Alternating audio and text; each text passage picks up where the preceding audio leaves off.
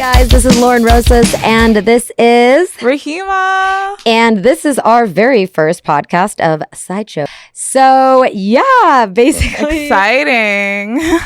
This has been months in the making. It took a minute. Me and Rehema have known each other for... 6 years. 6 years now. It's been a minute, yeah. I met Rehema when I was at my old company before I actually started modeling for Playboy. Oh, really? Before Playboy. Oh, wow. Yeah. I met you right before Playboy. Everything started kicking off. Yeah. Yes. So if you guys have been following me for a while, I've been around for a while, but I started off like in a nutshell. I started off at Comic-Con. I would dress up at Comic-Con every year in San Diego, and I was a cosplay model. And basically, I would dress up like Catwoman every year, a different version, never the same. No, not the black version. Yeah, never the same version, but always Catwoman. Yeah. And so basically, I'd go there, and then people would be like, "Oh my God, are you a model?" And I'm like, "I wish." Like, sure. Of course I am. And I would sign autographs, and I'm like, they don't know I'm a telemarketer. Kind of thing. Yeah. And so basically after that, I was like, you know what, I'm going to give it a shot. I do some cosplay. Well, so I shot with a super professional photographer that was like renowned at the time to get Playboy models discovered. I shot with him for, it was like $300 or something like that. Yeah. And basically his shoot like just wasn't like, in my opinion, I was like, this isn't like the best quality like I could get from a shoot kind of thing. And I was like, oh my God, what? So, but I submitted it to Playboy anyways. I was like, you know what? Like, he's a renowned photographer. Maybe I don't know what I'm talking about. I submitted to Playboy, no answer. All of a sudden, I hit up my friend. My friend hits me up from high school. My friend Quaid hit me up from high school. And you're from San Diego, right? Yes. And and him and his friend him and his girlfriend Jasmine. Him and his girlfriend Jasmine are super cool. And basically, he hit me up and he was like, hey, let's do a photo shoot just randomly. Like, not even for Playboy, just randomly. Yeah. And we do a shoot with some camera he got at like a garage sale. And those are the best. Within a week, Playboy contacted me. With that? Yeah. With his garage sale camera photos. Oh my God. It was better than the one that was the $300 one. I was like, what? And he always is like, I got you in. I was like, well, technically, yeah. Like, I guess. Like, you got yourself in. You just had to be yourself. I just had to be myself. And we literally took photos like downstairs, like by my downstairs apartment. Oh, wow. Yeah. And it was weird because the first one, I was at the beach. I had a bikini on. Second one, I was in full clothes. You were fully clothed and you got into Playboy that way? Fully clothed. And I guess his photos were just that good from a garage sale camera as opposed to the other person who had like a nice. Guess you didn't need all the ritzy ditzy. You just had to be yourself. Yeah, exactly. So that's what I was like, oh, shoot. Okay. Like, all right. And then after that, like, so before that, I remember because it's so funny because like usually Craigslist stories where you meet people are like, they're like tragic tales. Dead. They're not good. I have the tales. Have you met anyone weird on Craigslist? Who hasn't met anyone weird on Craigslist? That's the person I want to meet. My friend got cat pee clothes on Craigslist. Cat pee clothes? No, like honestly, if anything, I'm surprised if you're on Craigslist and you don't meet anyone weird. Like I want to meet that person. If anything, I'm assuming I'm going to get murdered every single time I go on Craigslist. It's true, because Craigslist, you don't know who you're getting. It's like Russian roulette. Oh my God. Okay, well, let's talk about the first time we met because I thought you were fake. Oh, I thought you were like some really? 40-year-old man from like Wyoming coming to steal my organs and I was just ready for it. I remember I was like, because at the time, so me and Rehema have known each other for a while. Yeah. And at the time, I was like, I need help because I worked a sales job and it was like a boiler room, like Wolf of Wall Street boiler room. I'm selling accidental death and dismemberment. I'm selling like life insurance. This is hard, like work. So all I wanted to focus on was work. I could barely keep my car clean. I could barely keep my room clean. I could keep myself clean. I would show up to work like in clothes that I wore 3 days ago because I was so like living on the edge of like a, telephone salesperson. Yeah. Kind of thing. You were just front. Yeah. Yeah. So we met on Craigslist because I put on, I was like, I need help, like as far as an assistant goes. Oh my God. And that's when we started like that journey. And so I was like, look, I just need you to do, I think at the time it was like organizing like literally, I mean, like car washes or like organizing like me, like it was clean. It was cleaning stuff. It was all cleaning. It was like mostly like organizing. At least you didn't have a car. So no, I did have a car. I didn't drive. And that was the funniest thing about it. Because I was like a broke college student at San Diego State. I was like going to school 40 hours a week. And I was like, okay, let me just be a personal assistant. Yeah, exactly. For just like something random. For something random. I was like, okay, this is a way to make some extra cash, but not like too intense. Exactly. And it's so funny because all those ads, they'd be like, oh yeah, I just need someone to be a personal assistant. And then be like, oh, but I also want you to personally assist me. Yeah. And like literally in my all home. the time. And yeah, exactly. You like message them for like 3 days. Yeah. And then it'd be so creepy. And you're like, okay, bye. Like, I don't need money that I can starve another week. There's free pizza at school. Like, I'll be good. And so Lauren messaged me. And it's so funny because you were like, yeah, I'm a Playboy model and I need someone to be my personal assistant. Yeah. And I was like, okay, I'm going to get murdered. Like, I was okay. Like, at that point, you were like number 50 and I was so unfazed. That's how like, Craigslist is. I was like, who's this dude? Fucking Playboy. Like, that's not real. And this is like before. This was not even like social media was like not like you had to be like really cool to be on social media. Yeah. Yeah. Like, there was no LinkedIn. There was LinkedIn. And I wasn't that cool at the time because I just started. Like, yeah, no, but like back in 2014, you had to be an actual celebrity. Exactly, yeah, yeah. Like, you had to be like Beyonce or something to be on like all those things. Like, it wasn't just like anybody. So like, yeah. My first Instagram photo, I took a picture of the ground. So yeah, you messaged me and I was like, sure. And you're like, okay, I'm going to come over and we're going to explain the details. And I'm like, damn, I had like how many roommates? I had like 1,000 people in my house. You did, yeah. Like you did, 6 roommates. Because you lived by San Diego State. Yeah, I lived by state. I was a fucking broke college student. Yeah. So I was like, sure. Like, I rolled with my roommates. I'm like, yeah, this could either be like who she says she is or some like old dude, but like maybe bring mace. I don't know. And you come in my like, living room. Yeah. Right, because I'm like, at this point, I'm like, I was like, I needed a job. Yeah, you don't know. But I also was like, this is Craigslist. And like Playboy, I'm like, questionable. Exactly. But yeah, no, you're just Lauren. Yeah, I know. And I was like, Rehema, I'm going to need you to do this. It was very like minimal stuff, but at the same time, like it meant the world because then I didn't have to do it. Yeah. And then basically, I just was happy you weren't a murderer. I know. Yeah. Yeah. That was my bare minimum. No, I'm just kidding.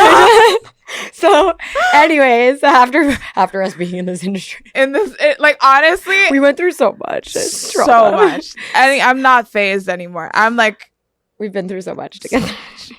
So anyways, I was having to do stuff and then all of a sudden Playboy is like, you know, you're going to be like on the Playboy TV show. You're going to be like, you know, the Playboy TV, you know, on that. This is going to be your new employer kind of thing. And I already had like an employer with the insurance company. And I was like, oh my gosh, like, okay, this is really happening.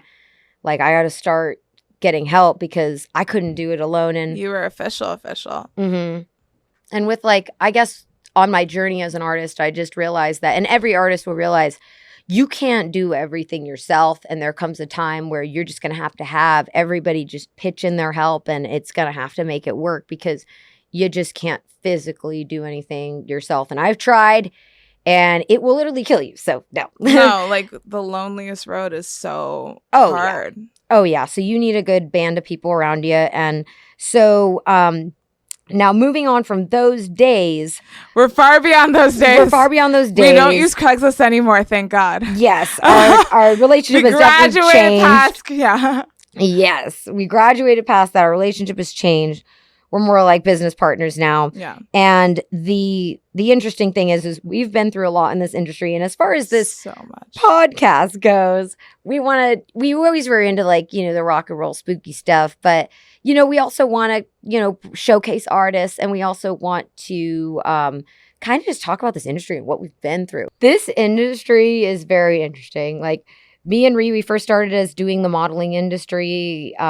We would go through all the... Which is its own freaking obstacles. There would be nights. Like, me and Rehema have worked for nights. Like, okay, so we've done a few things I'm going to just mention to everyone so that, you know, they know what we've been through. So, we might as well explain what we've been through. So, well, first off, we would try to, you know, I think we were emailing at first for sponsorships. For like some... Oh my God. Yeah, when we would just literally... Sit for nights. Just emailing Oh people. my God. That was so hard. Yeah. I think I got like arthritis from that. I know, yeah. We were just emailing, just trying to get as many sponsorship as possible. Yeah. And then the next thing that we dealt with was, we would deal with photographers not trying to give up the photos. Everyone's trying to sue you. Yeah. Yes. When they know you don't have the money to be sued. Exactly. Yeah. Exactly. Because they think fake articles put out that you're a millionaire. Why do people think that they can sue you when they can't even afford a lawyer? I think it was that fake article that was like, I was a millionaire. No, it was way before that. Everyone wants to sue everyone. Yeah. They just do. That's this industry. Everyone just wants to sue everyone. It's so insane. And then the second thing that happened, we tried to do the sponsorships, and then we were doing like, oh my God, I quit AIG. That was better draining. Because draining because I had more time to focus on the art. And then, oh my gosh, then I was doing the Playboy TV show. And we were I think we were trying to plan and film shoots or do shoots with like photographers that weren't creepy. Which is really hard in LA. Absolutely. I will say that. You think it wouldn't be hard to find a photographer, even when you pay them to not be creepy? Yeah. No. Yeah. We had so many instances, and it was either finding water in hell or something. It's intense. It is intense. And you know what's crazy is like we did that, and then we would do music. So then I ended up getting into music randomly, and then we dealt with like that whole music beginning journey that I had with all the beginning people. If you guys want to experience like actual hell, just do your own music videos. Yeah, do your own music videos. Something goes wrong every shoot. Everyone who wants to be a singer, I want you to self-fund your music video and see how mentally stable you are. Oh my God. Everything. Okay, wait. So what was the first thing that went? What was the first music video we did? Let it go. Oh my God. Okay, so the first thing we didn't let anything go. I know that she does from the music videos that she dealt with. I was just PAing. Oh my God. It was insane. It was just, the crazy thing is like, I remember the neighbors were literally, okay, so we had what? Are you really going for the neighbors? That's not even the worst part of the music video. What was the part for Let It Go? What was the worst part of Let It Go? How everyone, let's start with the fact. Okay. So we get there at 4:30 a.m. We give everyone a call sheet. And we let them know way ahead of time the times we need them to be there. A month ahead of time. Mind you. And all of a sudden, in the middle of downtown LA, everyone wants to go to lunch when we provided lunch. I remember that. And then I wasted like all the sandwiches in my bag. And nobody came back on time. I remember that. And we had a limited amount of time to be in the studio. Let's start there. Yeah, let's start there. And then how we got that. Me and Rehema were the first people there. We got Starbucks for everybody. We got food. So much. So there was food there. There's plenty of food. There was like enough food for everyone, and everyone wanted to go to get their own thing in downtown LA in the middle of rush hour. Yeah, downtown. Mm-hmm. And we were delayed hours. And then, the most important part was getting the crew fed. Like, it's just, the film crew, because it's like that video we filmed, it was, we filmed Let It Go out in like the desert. And then we filmed Let It Go out in this like pink palace, which was super cool. Like, yeah. But then remember we extended the time. We had to, because nobody was there on time because everyone wants their own special thing. And I'm a vegan, but I would have eaten grass rather than made the whole shoot late. True. Very true. But everyone in LA wants to have their own special meal. Oh, yeah. And we had to feed. When you're a music video shoot, it was herding cattle. Yeah, it was crazy. Skinny cattle from Los Angeles. Skinny cattle. And remember we did so we were at the Pink Palace, and then the lady that owns it, like, that place is beautiful. I love it. But it's really dope. It was so cool. But remember, she called us and she was like, "Hey, like, you're over exceeding your time. Like, you guys gotta get out. Like, like, get the fuck out by like she said, you got max like an hour and 30 minutes left before that next person needs the place. It's almost like you were running a business. Oh yeah. And like them being not on time was unprofessional. Yeah, it was crazy. And then the film crew, like it was just like the makeup, the hair, and the film was the only one that was like really there. Yeah, that was like there. But there was other people that were needed involved in this. That it was just like I'm gonna do you guys the biggest favor if you ever want to do music videos in LA. Never have extras. No. It doesn't matter if they're your best friend or your mother. Just don't let them be a part of your your music video. I think it was because I was like in theater growing up that I like wanted this huge like production. Which is great when you're not the one producing it. It's very hard. Remember? Like when you're producing it, I swear to God, because I love going to music videos when I'm not the one responsible to make sure they're actually done right. Yes. Exactly. Same. Yeah. And you're just kind of like chilling. You're just hanging out. And I get that. But I went to a Schoolboy Q music video that never came out. And we were just like, it's a party. Like, cool. It's always a party. It was always a party. Even if especially if it's your friends, it's always going to be a party and nothing will run on time. You might as well just go to Vegas and blow all your money. Exactly. Yeah. About those videos was the issue with those and the extras and just having so many people on set was everybody's times clash. And I remember that one time we filmed this one video and like we filmed like the entire time. Like I kid you not, like we filmed the entire video. And all of a sudden, like towards like the last 20 minutes, we hear someone say, I don't know if I want to do this anymore.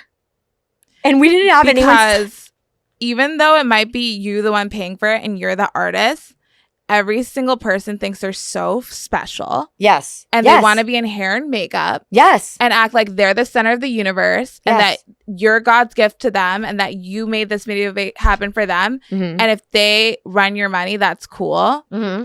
And it's not. So it's better to just not even deal with them. Exactly. And so unless it's on someone else's dollar, but I will never. Oh, yeah. Ever. We've been through. And then remember the time the dead animal was in the bed.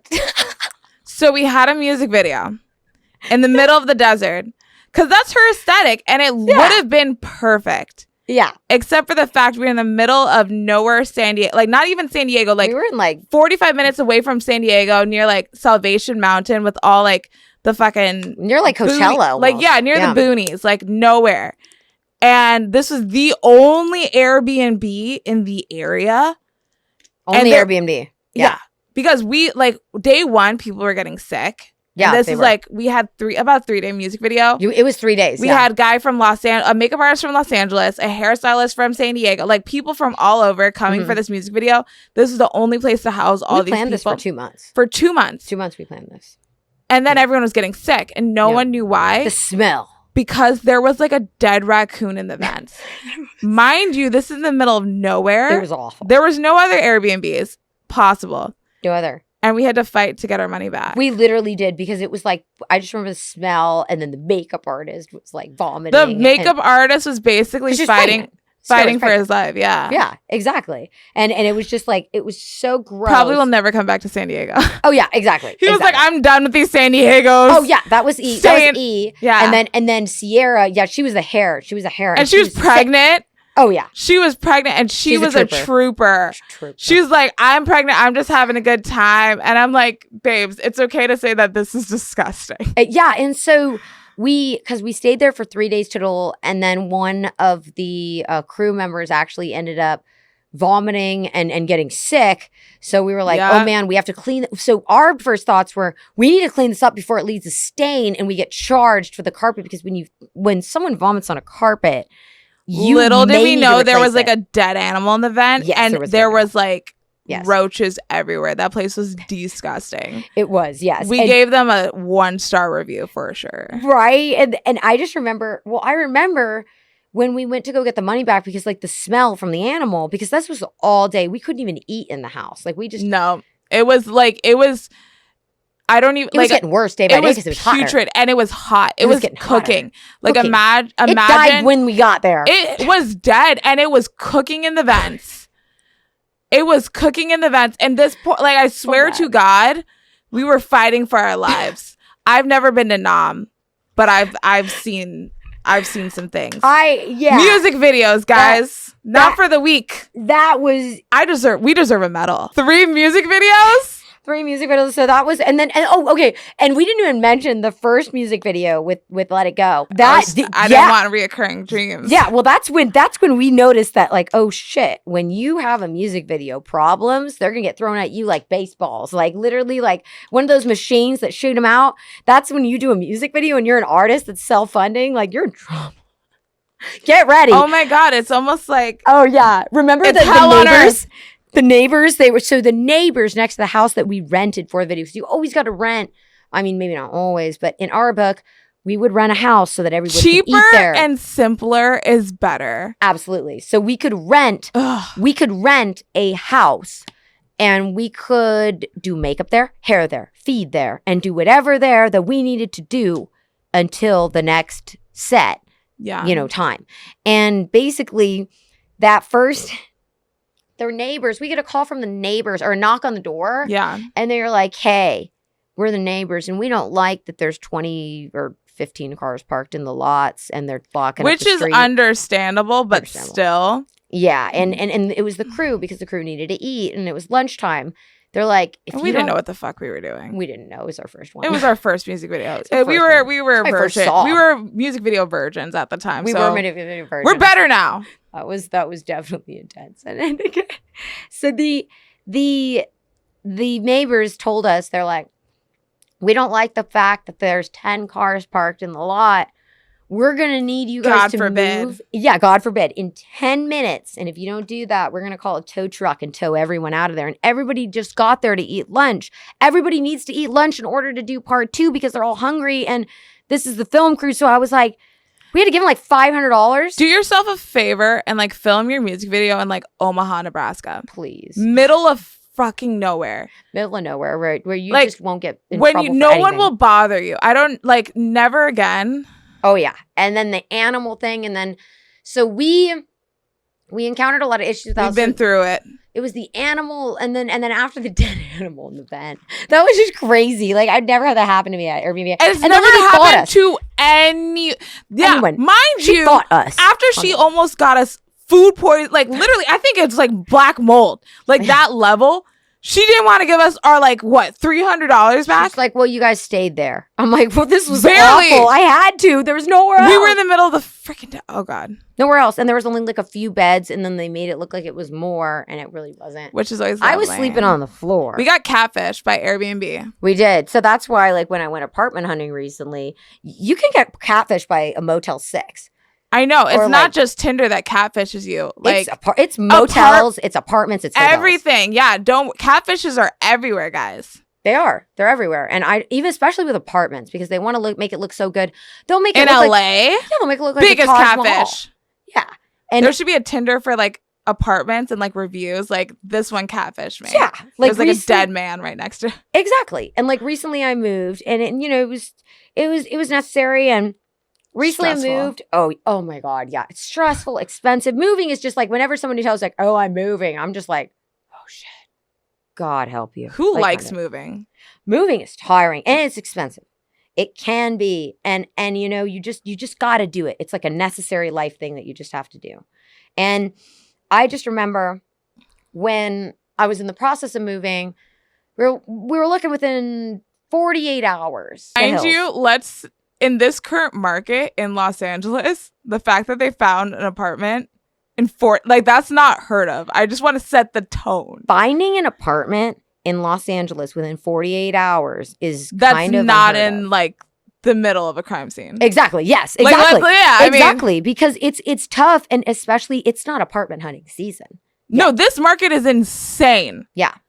Yeah. Like the fact that you found it in 48 hours is beyond me. Yeah. And that's the one secret we won't give you. Exactly. That's for another podcast. If you want to know how to find an apartment in Los Angeles in 48 hours, subscribe to the Patreon. Yes. And definitely I would say just, oh my God, we did so much hunting. Like on so many different apps. Yeah. Yeah. Because there's so many different, I mean, there's sublet and stuff, but I just couldn't. There should be a Tinder where you could just like swipe right, swipe left, like you don't have my thing. Yeah, and don't steal that idea. Oh yeah. Tinder. There really should be actually. There should be a apartment Tinder. I'd sign up. I'd sign up too. Like it's just like you keep swiping. Like you find something in your price range. Someone starts like a Tinder for house hunting. Just know that. Exactly. And the number one thing I think the number one thing for me, so 2 things. I've lived in several places in LA. I've lived in my car.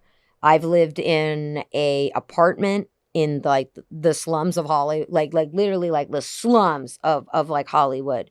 And like there's places in Hollywood that's really nice, and there's places in Hollywood that's like real Hollywood. You need to look like 3 times before walking across the street, because in some areas like you just got to be careful. And then I lived on Melrose, Sherman Oaks. Sherman Oaks. Yep. Sherman Oaks. We'll talk about Sherman Oaks. Oh yeah. That was a very nice place to frolic in our days. That's a whole nother sounds episode. Like a book. That sounds like a novel. Joanne Roses and Rehema Mabamba. Frolicking. Frolic. I remember, so the couch in Hollywood wasn't bad. The couch in Hollywood, I was with some of my friends that I knew, my first roommates. Yeah. I met someone on Craigslist before, and I lived in Sherman Oaks, but it was an apartment for 2 months. This is not an advertisement for Craigslist. That website is trash. This is before. We've had a lot of Craigslist experience. Craigslist is not what it used to be. Oh, yeah. Now it's just creepers. Yeah.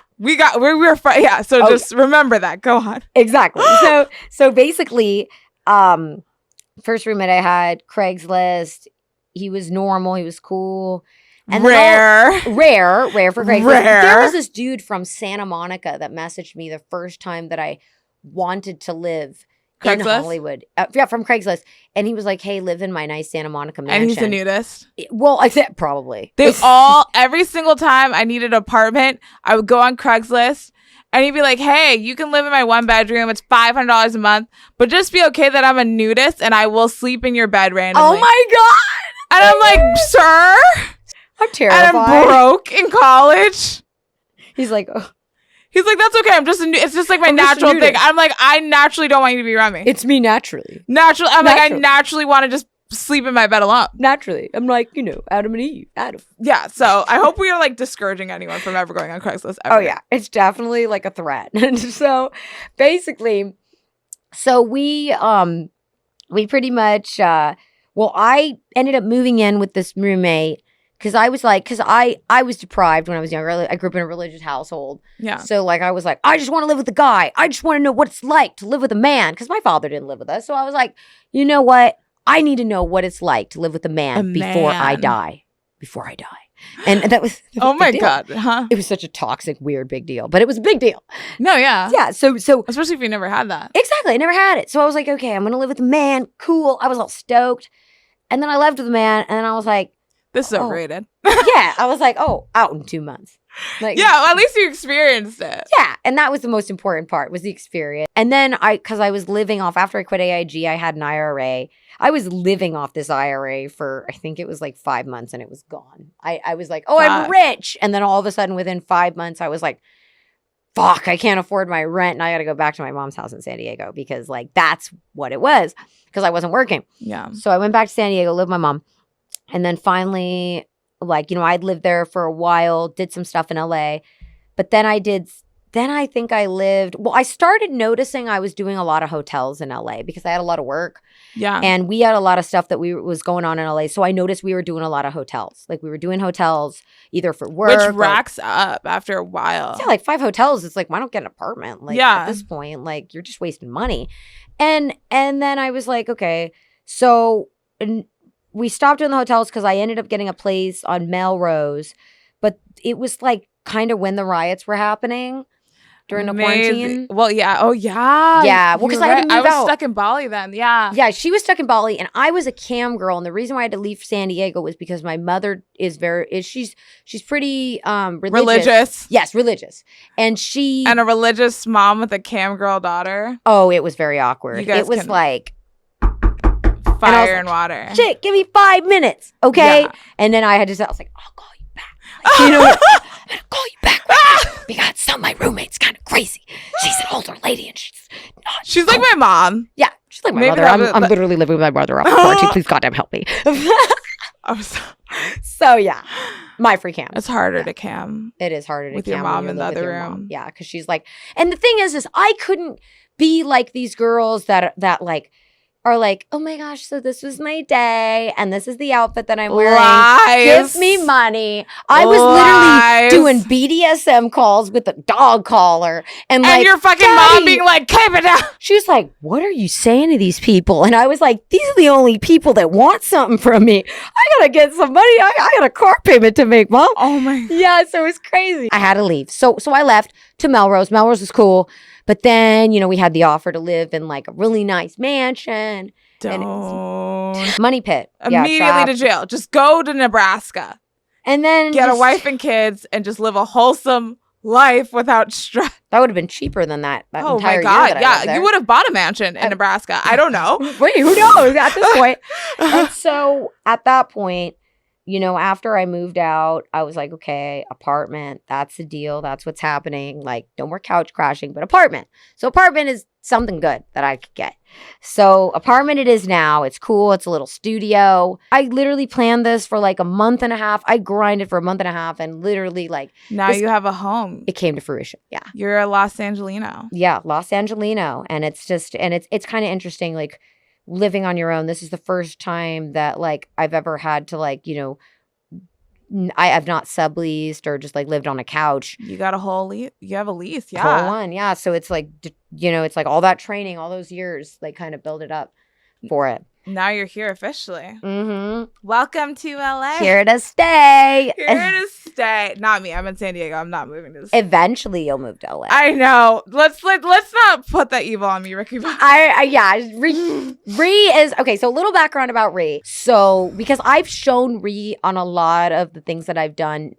But we've never really like showcased like our relationship that we've had. Yeah. Mm-hmm. It's been years. Oh yeah. Yeah, we've known each other a long time. We've been colleagues, and it's just been one thing. It's been a roller coaster on crack in Florida. Literally. Remember when I got identity theft and we had to work for like 4 days out of a like motel? I said, Florida. Like Florida, what? yeah. Like I feel like our relationship's been good, but we've been both going on the same water park in Florida, where the like guy who's like letting you go is like on meth. Shipwreck Rapids. Yeah. Yeah. And yeah. Shipwreck Rapids. That's what it feels like. And we're both like just holding on, like Lauren. Yeah. Yeah. And at this point, like literally, I just remember nights we were literally doing like beet juice, coffee, just beet juice and coffee. Yeah. Because it's California. Whatever we could do to stay awake. We were doing like C4. Oh my God. C4. Which is like legal crack, by the way. Pretty much. Yeah. Some C4 is actually banned. No, because my mom's a doctor and she's like, when we have like crack addicts, when you're like itching. Yeah. That's what pre-workout does. And she's like, I can't tell if you're on pre-workout or if you're on crack. Dang. So, I remember just doing pre-workout. We used to do pre-workout in the boiler rooms. Don't do it. Oh, yeah. When I worked as a telemarketer. I remember it was the first time I did it. And I had a whole cup of it. I was on the floor and all the employees were just around shaking. Me. Yeah. People would play golf inside of the boiler rooms that I worked in. They'd have golf. And every time they made a sale, they'd hit it in. Like, it was crazy. Oh, my God. Wolf of everyone Wall got Street. a putt. Yeah. Like, and so basically... I did C4, just drinking it, and I was on the floor, and my heart was like pounding. I was like, I'm gonna die of a heart attack, and all my employees. I know a girl who went to the hospital because she took too much dry. They do like dry scooping now. Dry scooping? What? Yeah, like it's literally like no it's the stupidest thing. And like my one friend, she'll just like take it and then she'll shotgun a Monster Energy drink and go to the gym. Good like Lord. You are just asking for a heart attack. Even I noticed Monster. So now I'm a diabetic. Apparently, after all these years, I discovered I was a diabetic this year. So I can't do Monsters anymore, but I used to do. Well, they have sugar-free rock stars now. They do, but still, like, energy drinks are bad. Yeah, that's like, you know what I mean? Like, you might not go to the hospital for that's like a diabetes. UTI. No, you're gonna go to the. Yeah, no, they're doing some damage. There's nothing healthy in those. We're better because it's our first episode, but we're just better. We've just been through hell. That's why. Yeah, if anything, we're basically ghosts. We're better. We're already dead. Yeah, we're already dead. We are dead inside, so that's why our podcast is better. Agreed. We've been from the crypt and beyond. Yeah. Well, at some point in time, me and Ree are going to go to one of these hotels. I'm thinking it'll be the Biltmore because that has Black Dahlia. Cool. Yeah. Or Knickerbocker, just because I love the name. I think we should just go get drinks at the Knickerbocker. We're just going to go to Knickerbocker. Yeah. Because I love the name. Yeah. If we die at the Knickerbocker, does then that mean like underwear. Huh? Doesn't that mean underwear? Well, that's what I think. Knickers. Knickerbocker. Oh. Or Roosevelt, but one of the non-scary ones. Well, if you guys want to see more of me and Ree, and we want to see us go to the motels and stay in there, please donate to our Patreon. So if you guys want to support this, please support our Patreon. If you want to see us go to the Knickerbocker, please support our Instagrams. Our links are in here. So in the captions here, follow us. And yeah, we hope you guys have a wonderful rest of your night and a wonderful rest of your week. And until we see you again. Bye. Bye.